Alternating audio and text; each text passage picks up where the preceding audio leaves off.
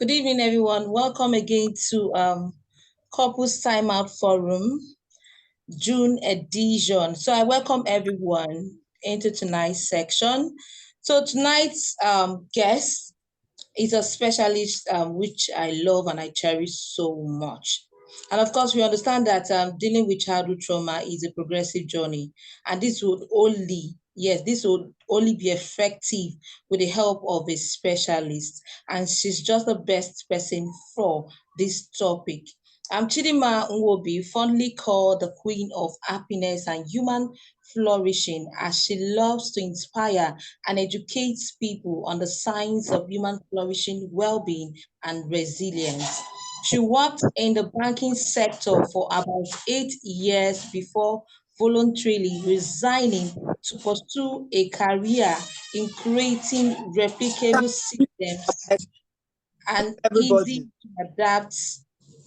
easy to adapt solutions to foster flourishing, resilience, and well-being in individuals, families, and in the workplace.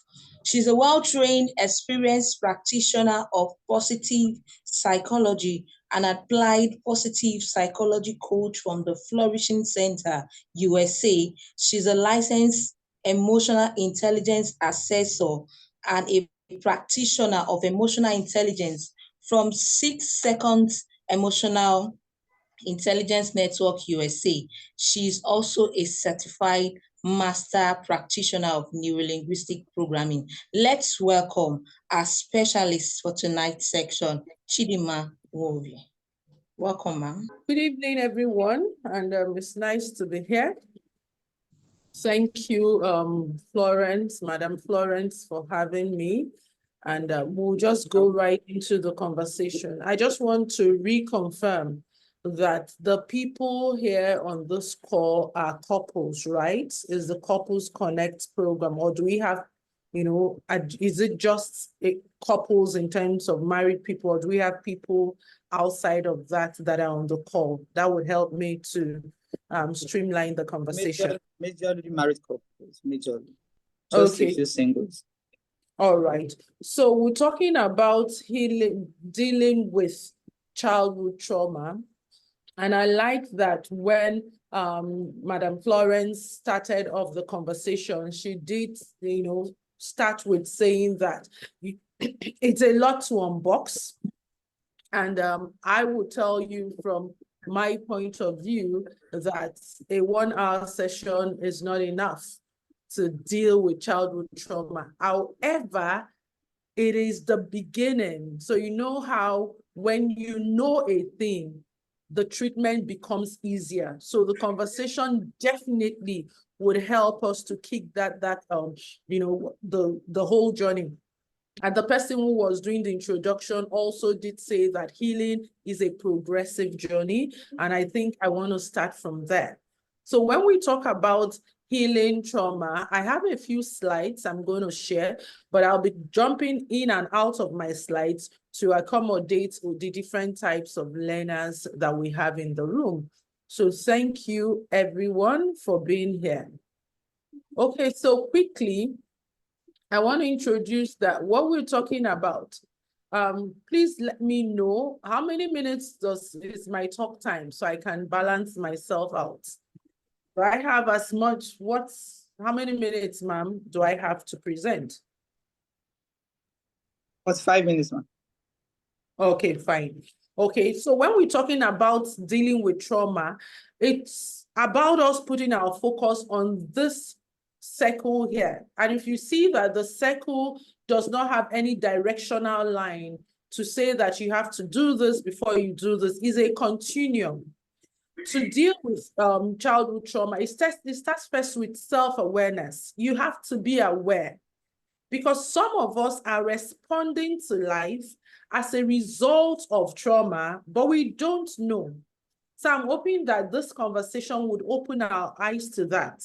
But it shouldn't just end there. You don't just get aware of this stuff and your life is wrapped around it. With the awareness comes self-compassion, where you don't beat yourself up Because if we look at the things that traumatize us, let's first of all establish what is trauma before we go through the circle.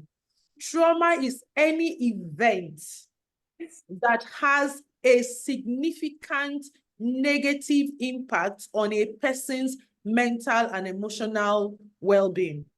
There is a significant mental and emotional negative impact that that event has on the person. That is the basic understanding of trauma. So even if a woman is pregnant and during childbirth, she has a significant mental impact, negative impact, that is trauma. So I'm going to go to that. So I wanted to just establish it.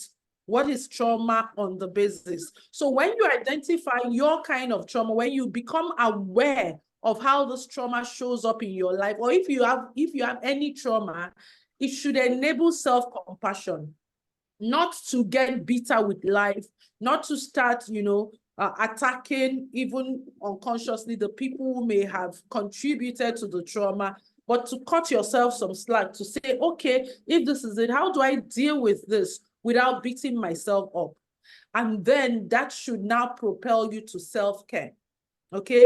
Where you now say, based on the awareness I have and the attitude I have chosen to attend to it out of compassion, what do I need to do to heal from this trauma, to deal with it as a way of me caring for myself, because I am the only one who can give myself that level of care. Okay, so it's on this understanding of the spectrum that we're going to have our conversation tonight. It's also important for us to notice that one of the things I always say to people, it doesn't matter what you're dealing with, it doesn't matter what you're going through, it doesn't matter the skills you're trying to build, you are actually the expert of your life. In fact, all of us here have within us all that we need. Because when we were created, God looked at us and said, it is good. But the events of our lives, such as the trauma that we may have faced, sometimes make us doubt that we have all that we need. The struggles we're trying to navigate sometimes colors our minds to knowing that we already have everything that we need, and everything you have, including your experiences in life, including these not so good experiences, are actually essential to who we are, because they have in one way or the other contributed to the richness of our lives. I say to people, if you've never known sadness, you cannot deeply appreciate happiness. If you have never felt anxious, you will not deeply appreciate peace and calmness. If you've never felt fear, you will not understand the impact of tranquility. Not to say that we should put ourselves in harm's way to feel all of these negative emotions, but they actually help us to tap into the core of who we are so that we can enjoy the positive aspects of it in a deeper and richer way. So all you have experienced so far in life really have been working for your good, even when they were, not desirable. So if we're looking at childhood trauma, let's establish something. Childhood trauma can be categorized into two. One is intrapersonal. Please, if we're not speaking, can we stay muted? Thank you. One is the intrapersonal. And when I mean intrapersonal, it means these experiences that had significant mental and emotional impact on you happened directly to you. So it could be bullying, it could be sexual abuse, it could be emotional abuse or neglect, it could be physical abuse, it could be stress even caused by poverty, because that is a significant childhood experience, right? Because being born or raised in that kind of environment do not give you access to the bare necessities of life, and it has impact on your emotions. I was working with a young man, and he began to realize that the struggles he was dealing with in life, in being able to keep a job, being able to progress on what he wants out of life and all of that, he could tie it to his sense of not belonging that stemmed from childhood. So he grew up in a deprived family, not a financially empowered family. And so because of his intelligence, he got scholarship into a school that was supposedly for the privileged, but then he wasn't paying school fees. But he said to me that being in that school and, you know, having activities, and they will say, oh, we're going to have a party, people dress up nicely. As much as he was in that school, his parents didn't have the means to buy the kind of clothes that the people in school were wearing, to give him the kind of experiences. So he made him feel not belonging, that even when he came into adulthood, he was still struggling to find a sense of belonging in the world, even as a married man. So the associated impact of poverty, it's also a source of trauma for a child. Even being involved in an accident, having a sudden or serious medical condition as a child, is also trauma. So let's look at the other part of childhood trauma that may not have directly happened to you, but you were impacted by it. Harsh parenting can find expression either as intrapersonal or inter, but I put it in inter, say for example, even if you were not the one at the receiving end. And I give an example, an analogy for that. Imagine you were raised in a home where maybe you were the last born and your parents doted on you. They literally spoiled you with attention. But you were in that home and you notice how they were so high-handed and using the authoritarian parenting style on maybe a sibling like the firstborn. That is childhood trauma, but it wasn't meted out directly to you. So you don't have to be a recipient directly of harsh parenting for it to have an impact on you. You were in that environment. So dysfunctional home, children raised in dysfunctional home have ingrained childhood trauma in them. And I'm talking of homes where domestic violence, home where maybe a parent had mental health illness, or you were in a home that a parent was dealing with addiction or being in jail. So all of this childhood trauma are experiences that happen to you between the ages of 0 to 18. After 18, it now becomes significant emotional experience. But childhood is what is referred to adverse childhood experiences. And that's what we want to say. How do we deal with them?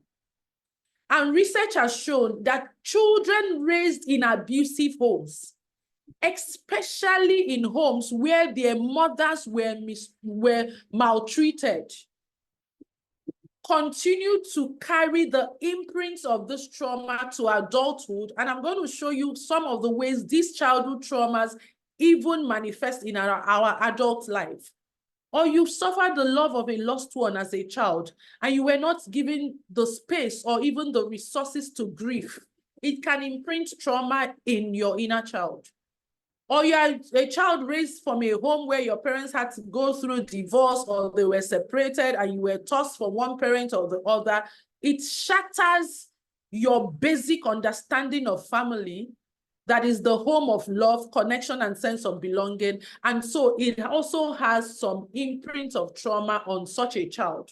Or maybe you were raised in a home that was violent, or you were in an environment that was violent. That's why, for example, I live in Lagos, Nigeria, and we know from research that children raised in slums or in areas of low economic means, say, for example, a typical Ajegule, they have some marked behaviors of such children. It's because they were born into or raised in a violent environment, so it impacts them.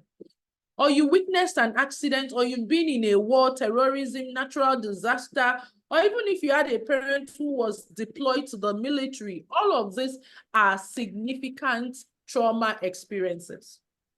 So I don't know if any of this is relatable to you, or even when we talk about the violence, it could even be violence from school. Say for most of us between the ages of 0 to 18, that's when we went to primary school. That's when we went to secondary school. So childhood trauma could even be as a result of those engagements in those places and how the adults in your life handled it. So I recently, in a marriage preparation program that I'm running with my husband, we had a young man share his experience, and he was talking about how his life of trauma actually began from boarding house. First of all, he felt that his parents did not love him. That's why they took him to boarding house. When he got into boarding house, he was like a fish out of water. And the parents literally dumped him in boarding house because they believed that he would become more responsible if they did that. He was dealing with some issues at home, and they felt, oh, let's take him to boarding house so that they will fix him up. So he ended up being the only one out of the children of his parents who went to boarding house, and that left some emotional wounds on him, feeling abandoned, feeling not wanted, and all of that. So I want you to take your minds that when we're talking of childhood trauma, it could be as a result of the things that happen, like I shared, directly in your home, out of your environment, or other experiences you may have. So bear that in mind. Now let's look at the kind of wounds that these childhood trauma experiences can leave in us. We call them emotional wounds. Remember why I'm doing this is if we are going to deal with childhood trauma, we have established that we have to go through the cycle of self-awareness, self-compassion, and self-care. So I'm staying more on the self-awareness part because until you identify what you're dealing with, you don't know what you need to deal with. All right? So I'm hoping that we will, do that within our time. Okay, so these are the typical wounds. I'm going to not be, I'll skim through them so that I'm being conscious of my time. But I want you to know that typically, based on these traumatic experiences, these are the various kind of wounds that it can leave in a child that continues to show up in the child in adulthood. So there's what we call the rejection wound. And this typically happens to a child when the child feels, I don't belong or I don't have a right to exist. A young lady was sharing with me, as a child growing up, she got to hear the news that when her parents were pregnant for her, they actually tried aborting her, but they were not successful in aborting her. So even from that early age, she felt rejected. Like these people did not want me. Okay? And so what people will typically harbor this wound, like that young man that I also shared his story, who was shipped to secondary school and felt it's because they didn't think he belonged. They tend to wear the marks of a withdrawer. They are in life, you show up in life as an adult, but you are withdrawn. Because there's some fundamental thought in your head that makes you feel like, I don't belong. And so the typical things, the people that carry this wound, fear, is the fear of being rejected. So when you are showing up in life, you are guarded. People say you tend to be slippery. You want to be seen. You think you need to be perfect to be loved because your brain tells you that why they did not want you was because you were not perfect. You were not good enough. So you are consumed with trying to be good enough so that you are accepted.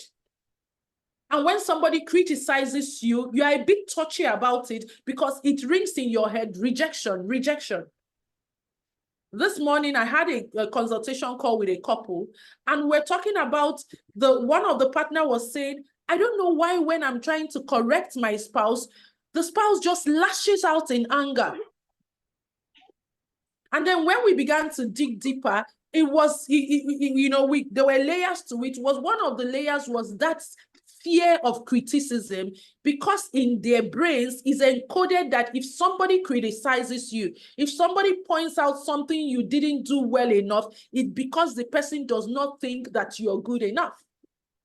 And so you are always in the defensive when you are criticized. It's a trauma response, right? So we move to abandonment. People who have the wound of abandonment stems from a place where you are feeling you lacked connection as a child. You didn't have emotional support. Remember the different types of trauma, interpersonal and intra. So imagine a child who was raised in a home where there was significant domestic abuse. The parents or the major caregivers did not, they are drained of emotional connection themselves, that they don't even know how to be emotionally available for the child. So the child is suffering the lack of emotional connection in the marriage, and it transfers to that child. And so the child grows into an adult and has a dependence mentality. Okay. Because they are trying to fill the void of the connection. They are looking for the connection. You could be married, but you're still harboring abandonment wound. Admin, I would like you to help me keep the people who are not speaking muted. It's distracting me.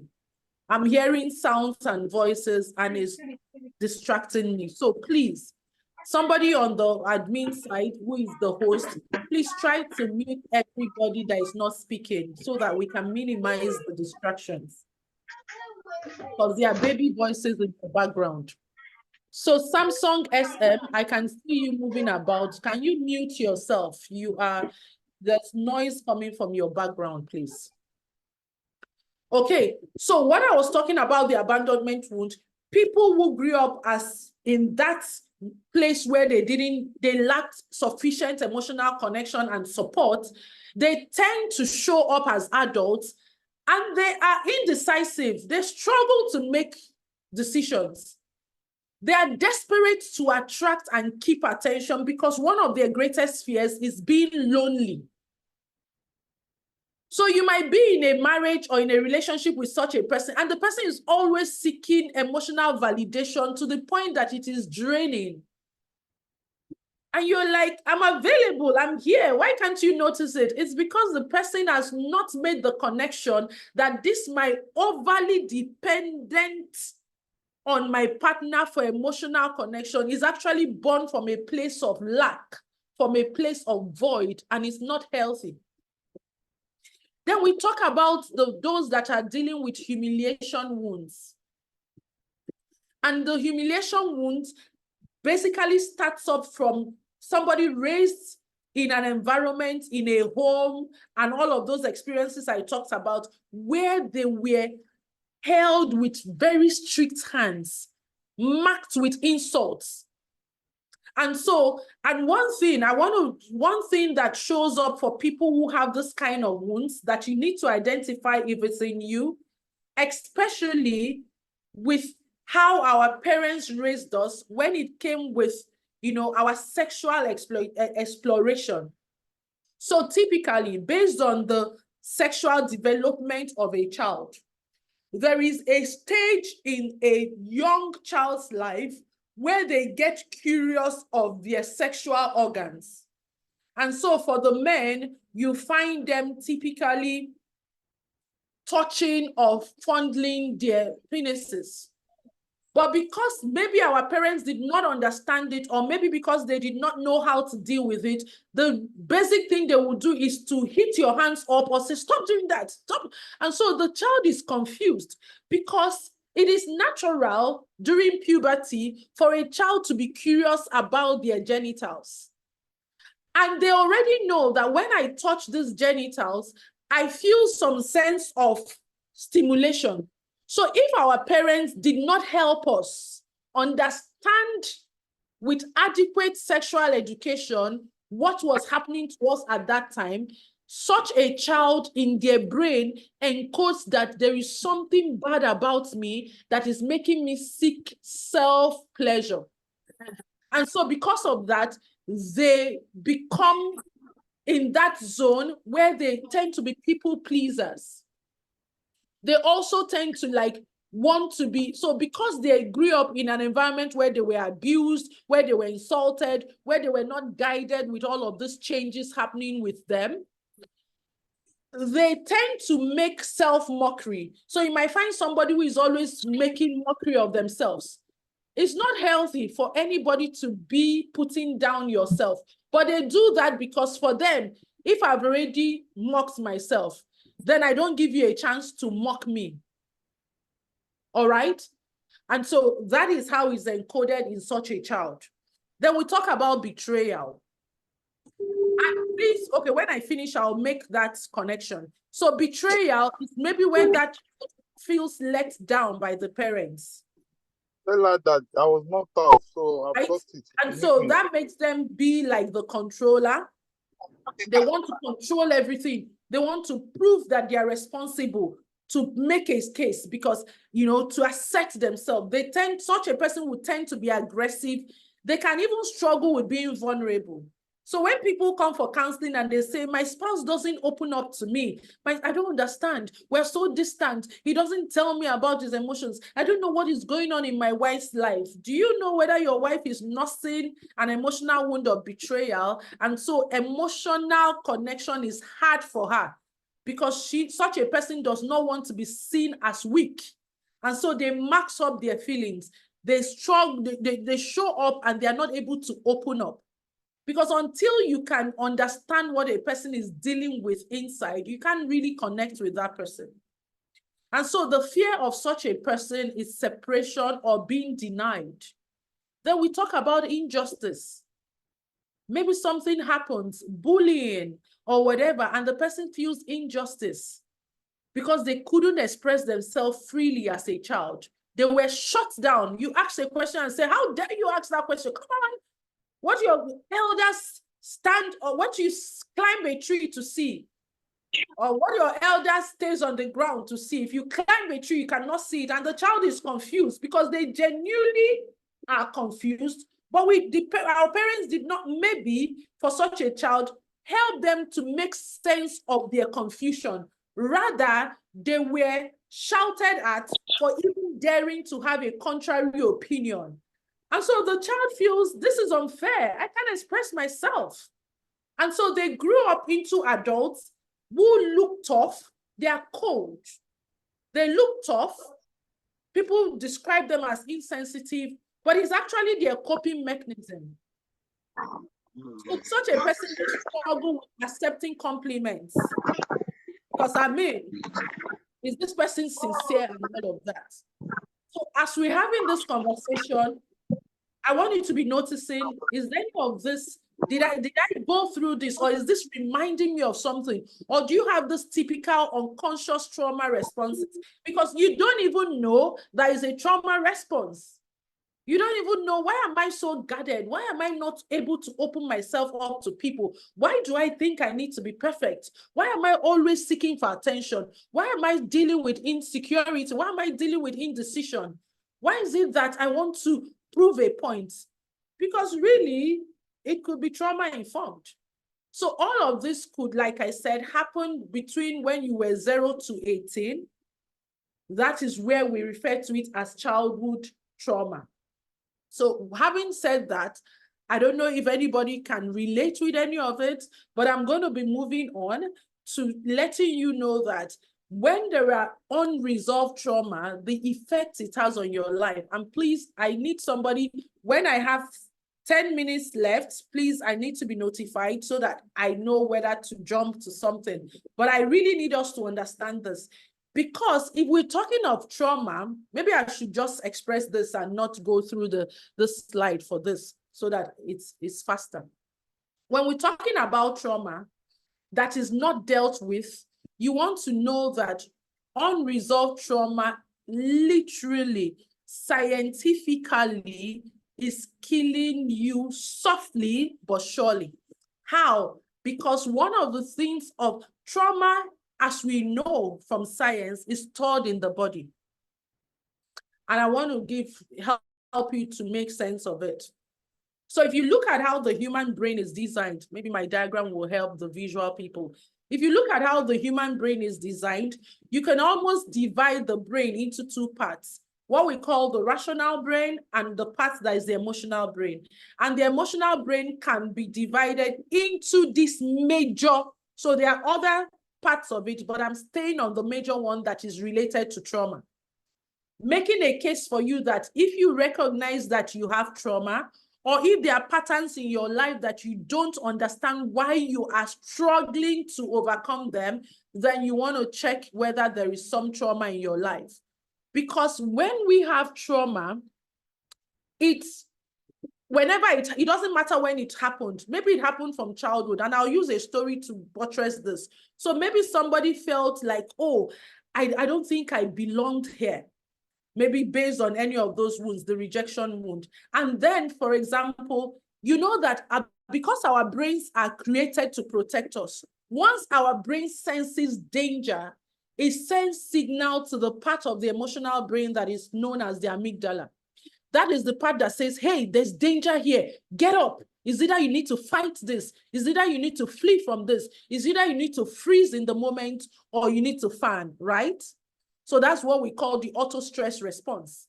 So at that moment, when that brain is hijacked, it quickly sends some hormones into our body that, imagine an adult man who grew up in a home where they were not free to express themselves and they felt disconnected, is working in a work environment and is still struggling to express himself because their amygdala just says, hey, the same thing that happened is about, there's danger here, you need to protect yourself. So the person is either freezing not to talk, or is trying to make a case and is always aggressive.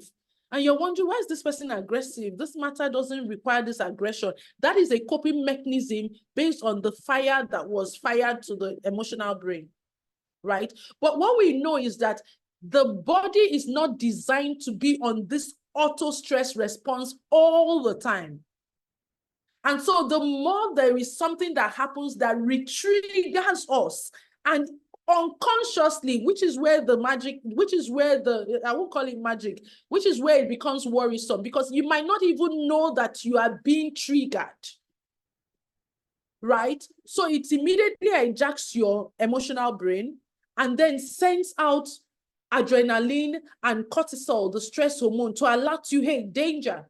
But we are not designed to be excreting adrenaline on a regular and cortisol on a regular. So because of that heightened secretion of this trauma trigger coping mechanism, is compromising your immune system. I'll quickly go to this because I want to make, that is why you see that when people are dealing with trauma situations that are unresolved, that are undealt with, these are the different things it can present. It can present emotional issues where you deal with depression in and out, anxiety, you have rages of anger, you are numb. Some people just exist and they're just numb to what is happening around them. Or you're dealing with shame, guilt, or post-traumatic stress disorder. Even physically, which was the part I was trying to establish, unresolved trauma actually is having an impact on your health that can expose you to cardiovascular issues. So you're having sleep problems, migraines, your immune system is compromised, you're having body pains, you're having sleep disorders and all of that. Even in your relationships, you are in relationship, you're having trust issues. We're talking to couples here. And the trust issues may not necessarily be what is as a result of your current relationship. It's trust issues stemming from your unhealed childhood trauma, and you're pouring it on your partner. You're having intolerance of intimacy. Some people, the way it manifests for them, they are too dependent on their partner for intimacy, and so you are choking the person with your availableness. For some other people, they are withdrawn, and you are in a marriage, but you're not available. For some people, they are swinging between being available and not being available. All of these are trauma-induced behaviors that have relational issues. Then some even have struggles of sustaining relationships. I've worked with a couple of people who are divorced. then working with me, they realized that if they had resolved their trauma, their marriages would not have broken, because it was actually the traumatized them that was in the marriage. So it wasn't the real them in the marriage. And because they were carrying this baggage of trauma and hadn't dealt with it, it exposed and expanded their relationship issues. Trauma that is unresolved can also have issues in your spiritual life, because you begin to question your worth. You begin to even question whether God really loves you. Are there people that God loves and your own is different? Why me? Why me? For some people, it has even made them lose their faith. Right? So that's why I'm saying that trauma does not only rewire your brain, it actually rewires the whole of your life and makes you not the authentic person you are supposed to be. So I have that my time is 10 minutes. I'm going to go straight to, so what do you do after identifying this? I want, first of all, because many times when we get to the stage of this conversation, people are downcast. They are feeling like, oh, is this how my life has been? But I tell you, you have been doing the best you know with the resources you have. But it's time to go deeper, right? So it's time to heal. I'm going to skip this because I need to go through. No, I'm skipping this. So this is really what I want us to focus on. So if you have identified any trace, even while I was talking, and it looks like there might be stress of this kind of emotional wound. Oh, maybe I didn't know this was trauma. And okay. And maybe you can identify with any of these relationship patterns that you did not know was trauma-induced. What do you need to do? You need to recognize that the only person that can heal is you. So you may not have been the one that hurt you. It may have been people, it may have been circumstances, but the responsibility to heal is yours. So you have to take radical self-responsibility to heal this trauma. And again, I come back to a circle. So in healing trauma, you have to first get to that level of radical self-acceptance. You must come to terms that these things happened. Because many of the things, when people are exposed to what happens, they are sunk deeper into the trauma because of shame. Oh, I don't want to be associated with this. This is not the kind of story or history I want to. But you can't heal without accepting that this happened to me. It wasn't nice. I didn't, even if you had a part to play in it, or you didn't have a part to play in it, your healing starts from self-acceptance. And there are modalities for that. There are things to do, all right, that you need, that would help you do that. And then from self-acceptance, you have to grow your skills for resilience.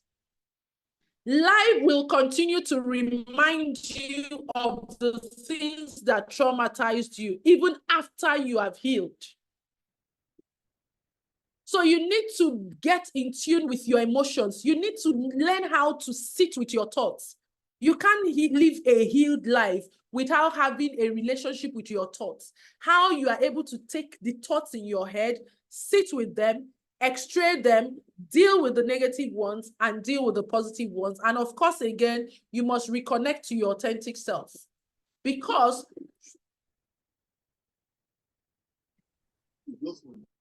so we'll take the questions.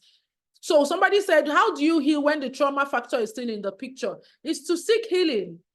Like somebody said in the beginning, childhood trauma that is still present as an adult already shows that the way you have been navigating life has not successfully helped you grow out of it. So you need therapy. You need to work with a professional, because the way you are responding to your trauma might be different from the way somebody is responding. So dealing with trauma actually requires professional help. That's how you can deal with it if it's still present. Okay? Right? Because I'm trying to, this whole circle that I'm showing you that is exhibited in this page, it takes, in my healing program, 8 weeks to take people through this process with assessments, with intervention, with coaching. And in the 8 weeks, I have intervention. I meet with such people twice a week. So it's not something that we can cover in 45 minutes because there are layers of it. You have to identify what about that trauma is hurting you, and what that part of you that is hurting needs. And then there are interventions that you have to do to deal with it. So it's not, so basically what I'm saying is that if there's trauma factor available in your life, you just need to submit to a structured program that can help you resolve it. Okay, so that is, I think, I'm going to pause here because that is the whole circle of how to deal with trauma. But I did say that it first starts from identifying that I have a present trauma factor in my life, and I am willing to take self-responsibility to address it and to heal from it. Because if I don't, it will continue to impact my life in ways that will continue to hurt me, hurt the people in my life, compromise my immune system, and every other thing that is important to me. So I think I'm going to pause here, and if there are questions, I will attempt to answer the questions. So back to you, Madam Florence. Thank you very much, Dinma. Wow. Like I said from the beginning, for those of us that came late, when I heard this topic in my spirit man 2 months ago, dealing with childhood trauma, I was like, who needs this? So I know that there are 1 or 2 people that need it. And this is the time to ask questions. Over to you. Okay, somebody say life phones. Thank you so much, ma'am. Thank you so much. There's a question. All right, yeah, there's a question there. So okay, the so question then, what roles can the parents play to ensure the children, is that don't grow? I'm assuming that's don't. Yeah. Right? Don't grow into adulthood without healing from the. Can the person be more specific? Are you asking, because when you say grow into adulthood without healing from the trauma, it's mixed. I need you to be specific. Is your question asking what role can parents play to ensure that their children do not have, Hello, madam. do not experience childhood trauma? If the person that asked the question can unmute themselves and ask it, so I understand what your question is. Yes, I've unmuted. The question is, life happens, meaning that traumas at time in childhood are unpreventable. It could be accidental, it could be anything could have caused the trauma, either carelessness of the parent, divorce, separation, dysfunctional homes, accident, or whatever. If that already happened to the child, let's say a 3-year-old, a 4-year-old, a 5-year-old, a 6-year-old, a 10-year-old, what role can the parent now make? You know, because you said childhood trauma will linger into adulthood and begin to affect the life of that adult going forward. So I want to ask, is it possible to kill that trauma at childhood such that, I know the child will not be able to do it by itself. So what can the parents do when they are aware that this child had suffered trauma? All right, thank you for that. So I totally agree with you that some of those things that happened, no parent sets out that I want to traumatize my child. And like you said, events of life could expose the child to this kind of trauma. So what can a parent do? It's important that parents, so there are 4 markers of a child growing up in a home that helps them to deal with life's adversities. That parent, that child, the parents must ensure that their home is a home where the child is seen. And when I mean seen, it's not necessarily seeing your child, your eye is seeing your child physically. It's a home where the child feels that I matter. And if there is a struggle, I have my parents who would listen to me to hear my part of the story and how it's impacting me. So I'm going to use incidences to buttress the point. So say, for example, in a home where there was a loss of a loved one that could have trauma experience, the family should not just continue with life. it's important that we understand that these things have remarkable effects, and such families should ensure that they are able to grieve together, and we, as much as possible, highly recommended, get grief therapy. If a parent is separating or divorcing in their home, recognizing that this has impacts on your children, it's not only about you, the mother and wife, it's also how do we ensure that we are available to deal with the impact of this on the children. So it must be such that not a parent will be, oh, your mother did this, your father did that. No, you don't bring the children into the adult quarrel. You provide a safe space for them. So if this trauma has happened, we don't sweep it under the carpet. If there's a home, any of these things I've mentioned happens, the parents should have the conversation. So I'm going to share a personal story with you. So one of our daughters was impacted by the injustice wound in secondary school, going to a boarding house. Now, she had issues with a significant authority person who was the principal of the school. And so because of a prior incident they had in the school, if you want to be a prefect, you have to like campaign for it and kind of shadow the person you want to occupy the person's role. And then, so this our daughter was shadowing the particular role she wanted to take up. And when the teachers met to, give their insight as to who had done this role best, that should get that prefect post, over 80% of them voted for my daughter. But the principal, I'm going to tell you two things. One of the days she saw my daughter, playing in that role as part of the requirements if you want to take up the role, she said to her, "You are wasting your time trying to campaign for this role because I will never give it to you." And then the teachers also voted for her, but she refused, proud to whatever conception she has. That's a wound of betrayal because the child, so it was engraved in her. So you may not have responsibility for it, but this stayed with our daughter. And so as a parent, as much as we're providing the safe space for her at home, but we're seeing how it was impacting her mentally and emotionally, we had to get a therapist for her. I offer therapy, but I can't do therapy for my daughter because it's sentimental and that is not even professionally recommended. So why am I sharing this story? If you see a difficulty that any of this exposure to trauma is having in your child, your responsibility as a parent is to provide a safe space, is to suit that child and not say, come on, get over it. Hey, if she doesn't want you to be a prefect, your life still continues. No, it was significant for her because it was something she wanted to do. So seeing how it was showing up in her, my husband and I got her a therapist and she worked with the therapist for 6 months and we were paying for the sessions because we know it's important that she deals with it now and not carry it on into the future. So it may not be your responsibility. You may not have been the one that caused the trauma for your child, but you have to be present as a parent and responsive to what the child needs to deal with that trauma, even when what the child needs is outside of you.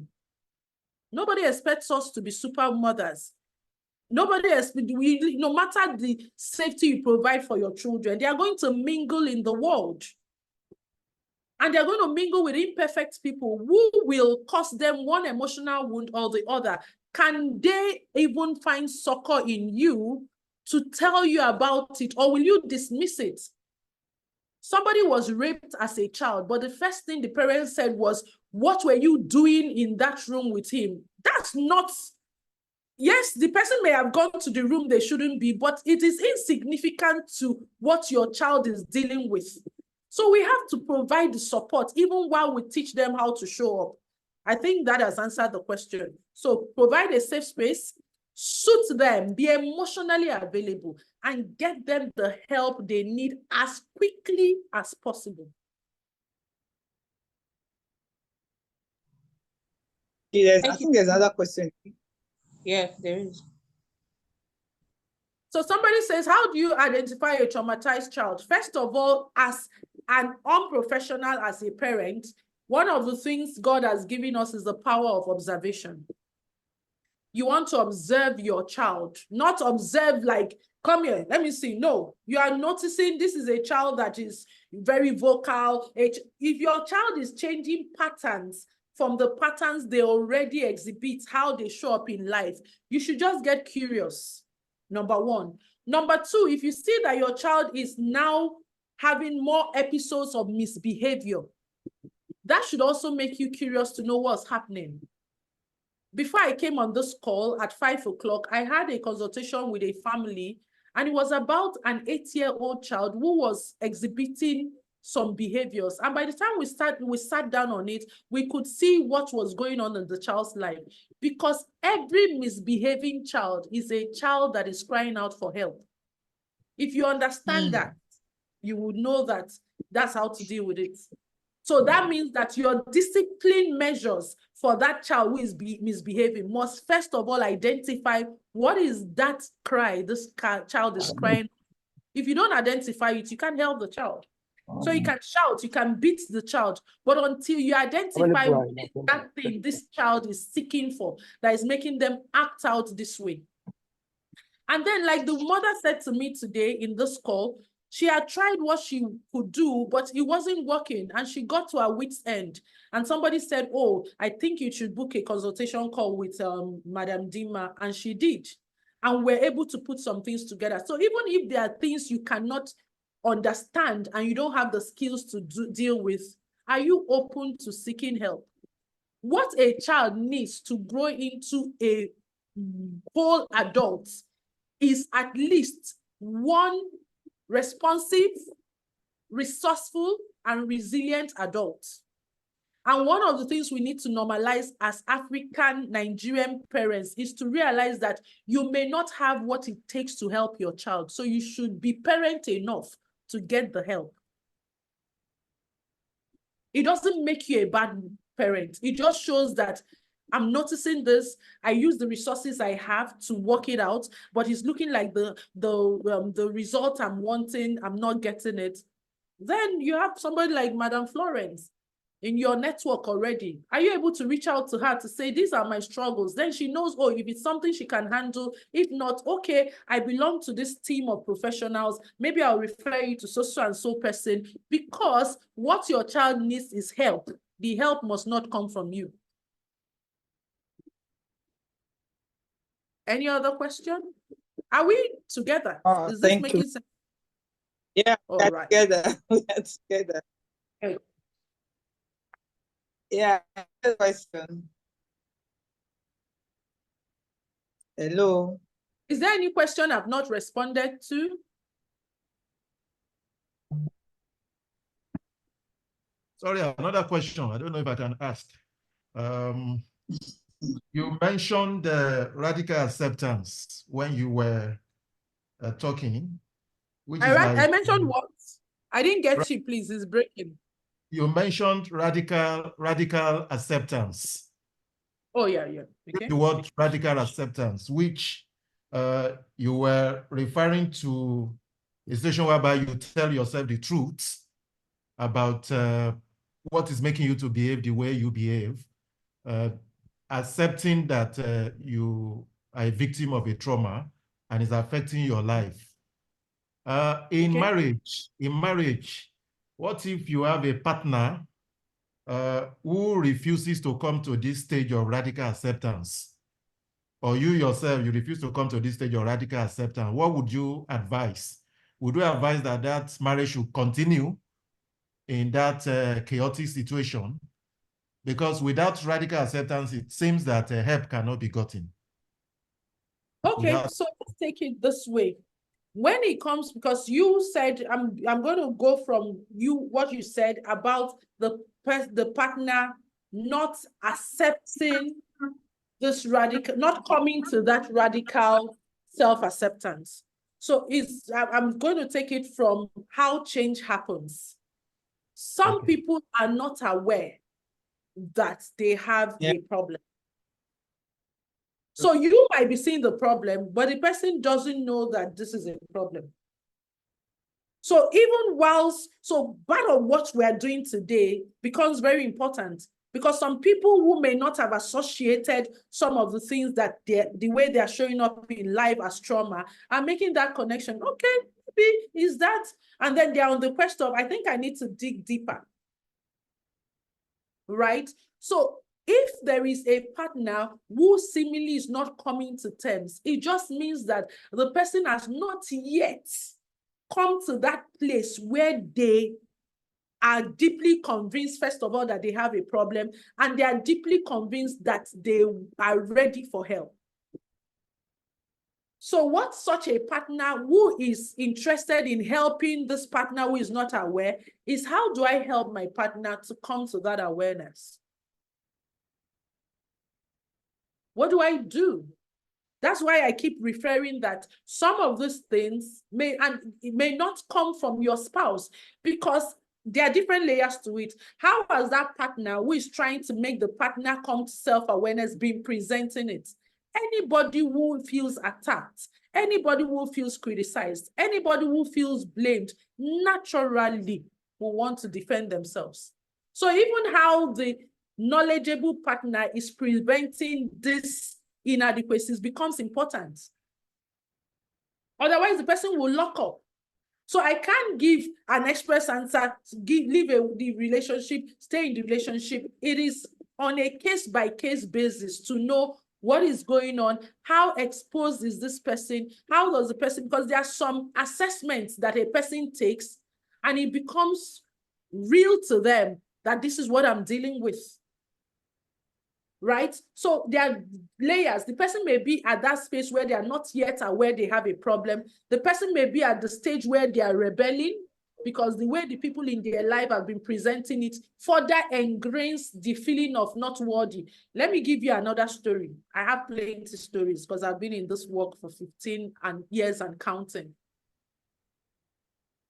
So I'm working with a couple where the wife has an issue with the husband smoking, and will always make a fuss about it. And part of the fuss she makes about it is trying to say that in our own understanding as a Christian, is that when you are smoking, you are giving yourself up to the temptation of the devil. You are not like, so she's coming from throwing the religious card. Now, when we're having the call, the husband said to me, I'm aware of the health implications of smoking, but it's like, so I give you an instance. So this man has sleep apnea. And if you make the connection, I did say that sleep apnea could also be a result of unhealed trauma or other whatever, but let's just stay in this context. So they go out, he smoked, which is something the wife finds irritating, and had alcohol, right? And so when he came home, he was tired. Normally, when he's going to bed, he would use there's this device he has to put on his nose to help him breathe well. Because sleep apnea is such that you struggle with breathing while asleep. So to deal with that, he has to fix his machine on his nose so that he can breathe better. So because the wife is colored with her not acceptance of this issue, the man fell asleep without putting his machine. The wife did not wake him up to put the machine. While he was sleeping, he was struggling with breathing. She recorded him in the sleep, struggling with the breathing. And the next morning, she forwarded the recording to him and said, you see how you want to kill yourself? This is how you were struggling in your sleep because you do not want to leave this smoking. And the man said to me, he was broken. And he called her a wicked woman. But when she comes to the case, she's saying, he called me a wicked woman. And the man said, I called her a wicked woman because how could you see me struggling like this? And what you found to do was to take a video to make a case for me putting myself in this situation. What if I died? What if in the struggling to breathe? So that means you didn't really care about me. I'm using this story to make a point, right? And then as we began to dig deeper, The man was not smoking in most of his adult life. He started smoking as a coping mechanism because that was the way he could take his head off what was happening in his relationship. So imagine that that person is saying, you need to come to a radical self-acceptance of what this smoking is doing for you without, first of all, addressing how smoking started. It means that I had to get them to a point to see that for him to deal with this smoke, it's not a habit he has been using, or it was a coping mechanism of the dynamics of their relationship. It means that you have to address the underlying issues in this relationship before he can successfully replace smoking with another healthy coping mechanism. But we could say that he doesn't want to come to radical self-acceptance, right? But you don't know the merits of the case. So I can't say whether should you continue in that relationship? Should you get out of the relationship? Because I don't have the ingredients to the case that is funding this behavior. I think I've tried to clarify that with this and with this experience I shared.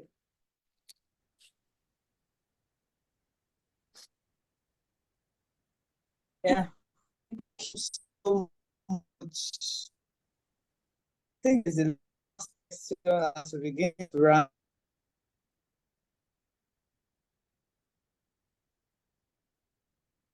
So am I done, Madam Florence?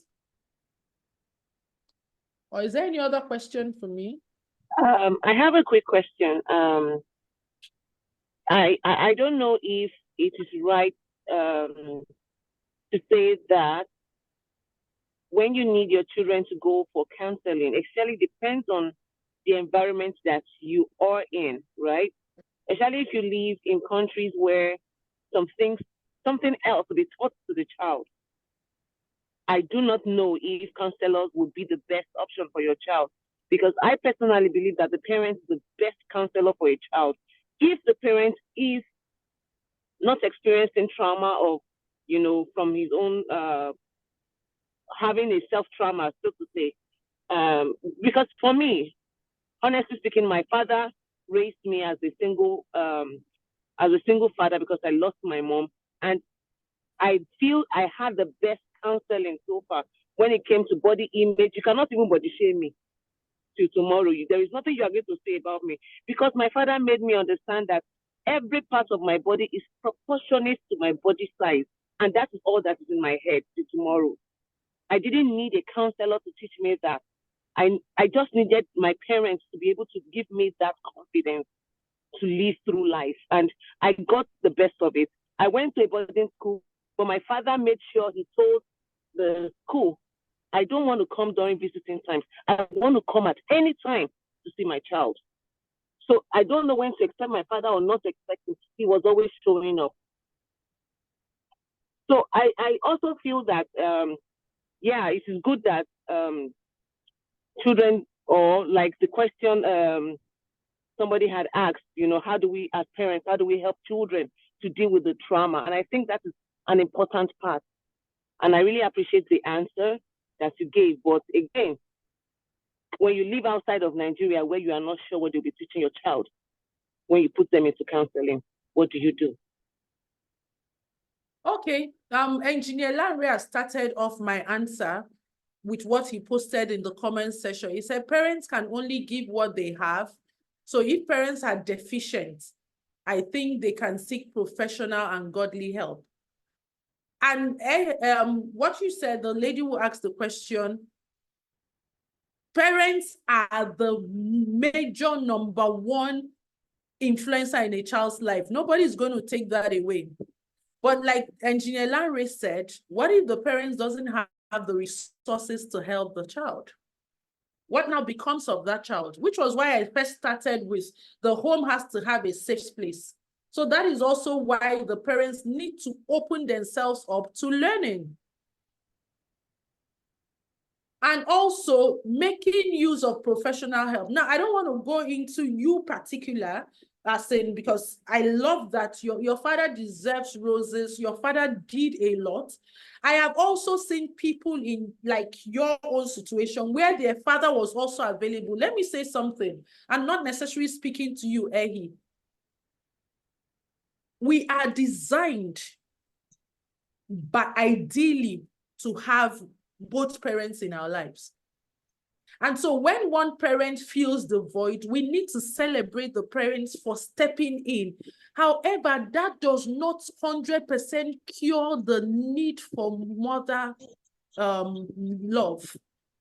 If whether your mother or not even you, I'm not talking of you particularly, I'm talking of people raised by single parents, either because one of the parents passed on or the parents separated. There's a concept called mother hunger and father hunger, which is valid in psychology. Because as much as the father or the mother who is present feels the gap and makes themselves available, there is that window of. So even some people do not even know as adults that they are carrying a baggage of mother hunger or father hunger because of the absence of that person, even when the parents that was available fill the gap. So I take it to another stance. Imagine a child who was adopted, given up for adoption and adopted. Why do you think that child, as they grow up, get curious to know their birth parents? Even when the adopted parents lavished the child with every form of attention and care. But there's still that curiosity in the person's head. How did I arrive in this world? Because that's how we were created. So I'm not downplaying the role that your father played. He filled the void well, but there is a mother hunger and a father hunger when that parent is unavailable that the other person will do their best to fill. So for such people, what I say is that you need, so maybe time did not permit you to share all of this. While your father was available, maybe you had some significant women figures in your life that added like your celestial moms, that filled that gap of motherhood, even though they were not biological. That could have also aided the beautiful work that your father did. So if you are weary of where to get the kind of help you need, if you need it, the parents of, like I said, are the first influencers of the child's life, but it doesn't negate professional help. It's like a parent loving the child so much, and you love your child, and the child has a health situation. Let's say, for example, cancer. No matter how much you love the child, if you are not trained, you can't really help the child deal with it. And again, some of the issues, like I shared in my story, I have the resources to help my child navigate that trauma, not only as a parent, but also because I'm a professional positive psychology coach and I do therapy sessions for others.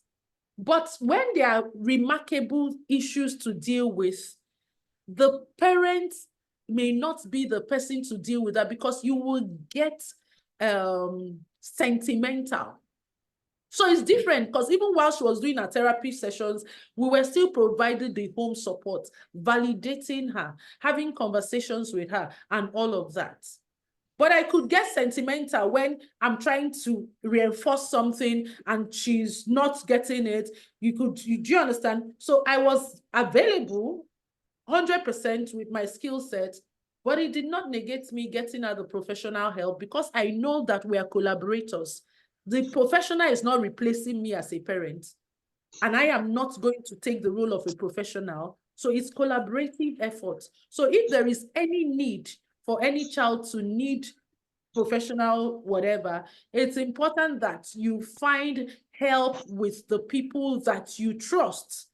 So the two people I dealt with today that I shared their story here, one of them lives in Canada, the other lives in the US, but I'm working with them. So I don't have to be in the US to work with families there because they trust me. So if you're working you are living in any claim where you feel, I don't trust the system there, if you believe in what Madam Florence is doing, which was why I said, we need to grow the vulnerability that when we need help, let's get help. You can reach out to her and say, this is the situation I'm having. And she can, in the network, We have practitioners who are working in different parts of the world. We have people in Middle East, we have people in Europe, we have people in Nigeria.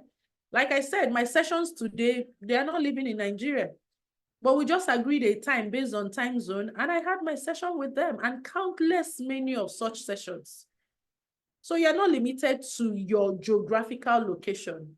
You could expand your horizon with trusted people that you think will not mislead you. And even the therapist working with your child is a collaborative effort, because such a person has some mandatory reporting to give to you, not breaking the confidentiality clause, but there are some reporting to give to you. And even when I'm working with children, it's collaborative, because the home environment has to know some skills so that they are not jeopardizing or sabotaging the work I'm doing. So I even have sessions with parents to ensure that we're on the same page, and I'm reporting to them the progress. So I'm just sharing that to say that it's collaboration, and then you work with the people that you trust.